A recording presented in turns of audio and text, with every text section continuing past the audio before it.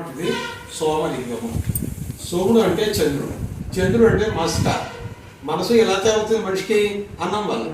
అన్నం తింటే మనసు ఉంటుంది.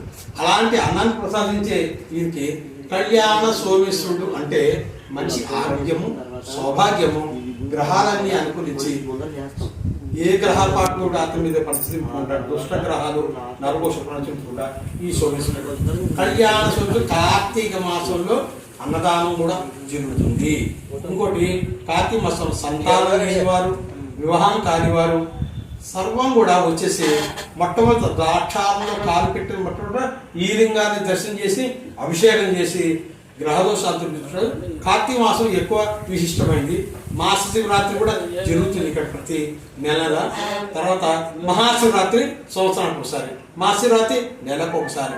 ఇలాంటి కార్తీక మాసంలో స్వామికి కళ్యాణం, సంతానం లేని వారికి, కళ్యాణం కాని వారికి, ఉద్యోగం లేని వారికి, వైద్యులు వైరించి వాళ్ళ యొక్క మనోవాదం గురించి వినవించుకోవడానికి ఈ స్వామి దగ్గరికి వస్తుంటారు. కనుక ఇది ఎక్కువ కళ్యాణ కారకుడు కనుక అన్ని మన పనులు శుభాన్ని జరగాలి, కళ్యాణం జరగాలి, చక్కని సంతానం జరగాలి. అటువంటి సుభిక్షమైన లింగం దీన్ని అభిషేకం చేస్తుంటారు. కార్తీక మాసంలో దీనికి విశేషమైనటువంటి కళ్యాణం జరుగుతూ ఉంటాయి. కనుక కార్తీక మాసంలో కూడా దీన్ని దర్శించి అన్నదానం చేసుకొని తప్పనిసరిగా అందరూ సుఖశాంతులు అనుభవిస్తాము.